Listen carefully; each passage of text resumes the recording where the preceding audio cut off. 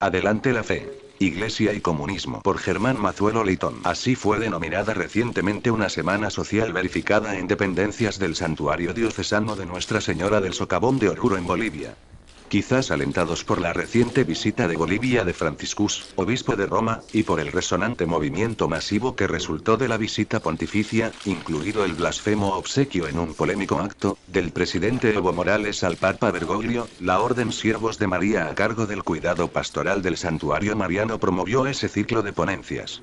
Los escritos de Marx exponen el propósito verdadero del comunismo: el exterminio de la religión y la abolición de todas las libertades bajo una dictadura única mundial. Que el enemigo último del marxismo no es el capitalismo, sino Dios mismo.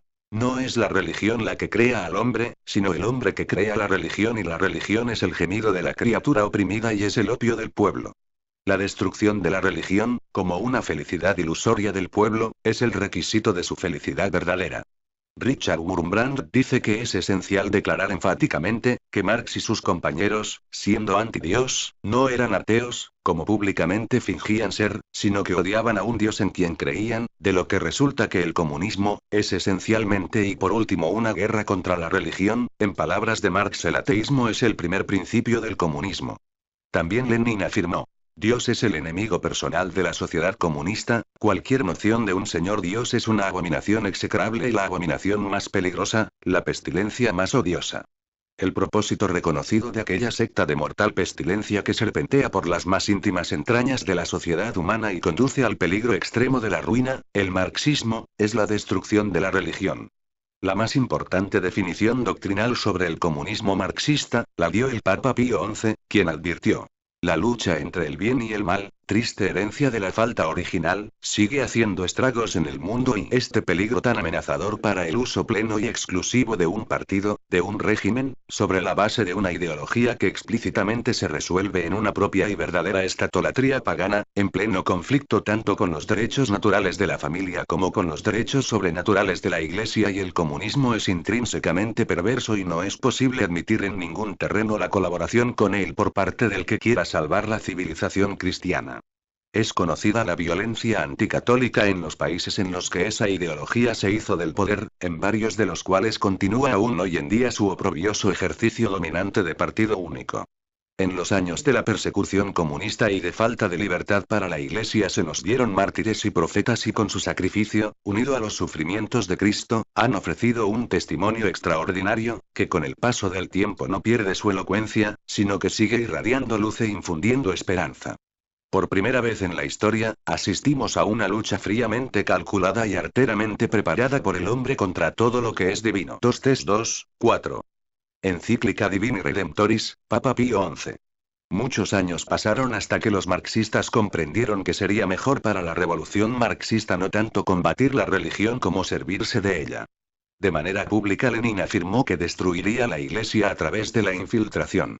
Bellador, que había sido comunista, y fue convertida a la fe católica por el obispo Fulton Sheen, testimonió públicamente que había enviado personalmente un número superior a 1000 jóvenes a los seminarios católicos, para que pudiesen destruir la Iglesia desde su interior. Y cuando ella estaba deponiendo públicamente, dijo: algunos de ellos ya son obispos. Y estaba hablando al final de la década de 1940 e inicios de los 1950. La infiltración comunista en la Iglesia no es reciente, y tampoco menos grave. Por ejemplo, en 1976, 500 sacerdotes colombianos enviaron una petición al Vaticano acusando a sus obispos de estar aliados al explotador contra el explotado. El sacerdote Saturnino Sepúlveda, jefe del grupo marxista Sacerdotes para América Latina, afirmó entonces: yo veo a Jesucristo como el secretario general del primer partido comunista. Los marxistas aplicaron un método profundamente psicológico, y muy efectivo, a saber, el método de graduación. Primero, por una propaganda adecuada, durante los retiros espirituales, jornadas, encuentros, congresos, etc., y en los artículos de los periódicos teológicos, se efectuó un lavado de cerebros, y de esta manera se lavaron de la mentalidad de una parte del clero, la formación y educación recibidas en los seminarios y universidades católicas. Después, ya con toda facilidad pudieron inyectar, por pequeñas dosis, la cosmovisión marxista y especialmente el concepto marxista del cristianismo. Esa concepción marxista del cristianismo, buscando la fermentación del marxismo desde los círculos católicos, se insufla principalmente desde la teología de la liberación, que viene a ser una herramienta de subversión, utilizando la religión para llegar al socialismo. Empero, aunque los socialistas, abusando del mismo evangelio para engañar más fácilmente a incautos, acostumbran a forzarlo adaptándolo a sus intenciones, con todo hay tan grande diferencia entre sus perversos dogmas y la purísima doctrina de Cristo, que no puede ser mayor. Porque ¿qué participación puede haber de la justicia con la iniquidad, o qué consorcio de la luz con las tinieblas? Ellos seguramente no cesan de vociferar, como hemos insinuado, que todos los hombres son entre sí por naturaleza iguales. Y, por lo tanto, sostienen que ni se debe honor y reverencia a la majestad, ni a las leyes, a no ser acaso a las sancionadas por ellos a su arbitrio. Cuando los totalitarios empiezan a apoderarse de un país, se valen de una eficaz fórmula desarrollada en 3 movimientos.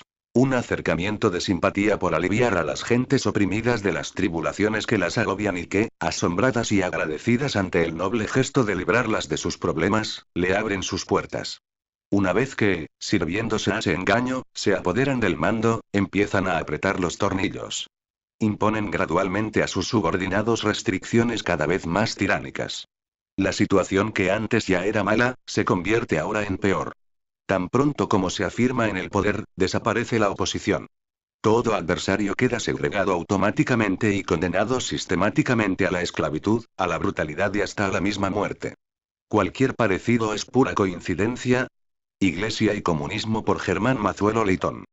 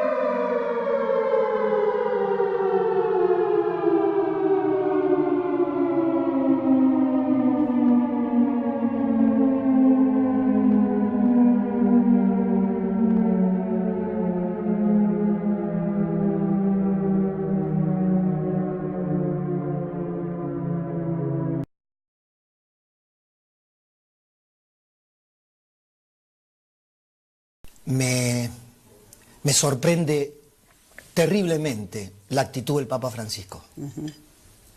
Mire, estoy absolutamente convencido que porque el presidente abrió el debate de la despenalización del aborto, el Papa Francisco está dispuesto a boicotear a este gobierno. Porque es el jefe de los piqueteros kirchneristas. Qué fuerte lo que estás diciendo. Sí, es el jefe espiritual y el inspirador de los movimientos sociales que han dicho que van a poner en jaque a este gobierno hasta que lo volteen.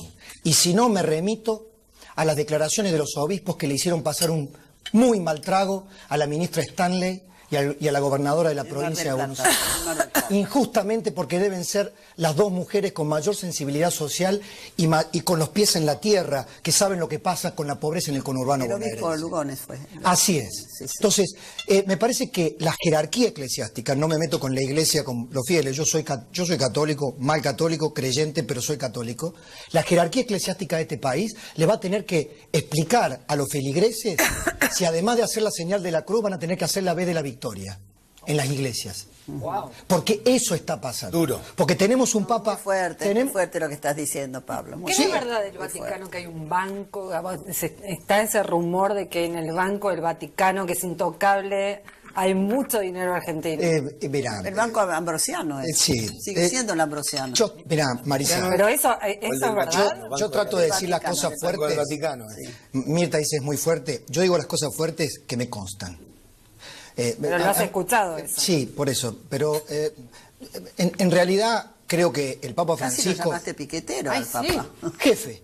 ¿Cómo Jefe lo llamó. No, sí, jefe espiritual. Yo he hablado con Juan Grabois, Mirta, y dijo, y Juan Grabois no me lo ha dicho a mí, lo ha dicho a todo, que sienten una inspiración con Francisco.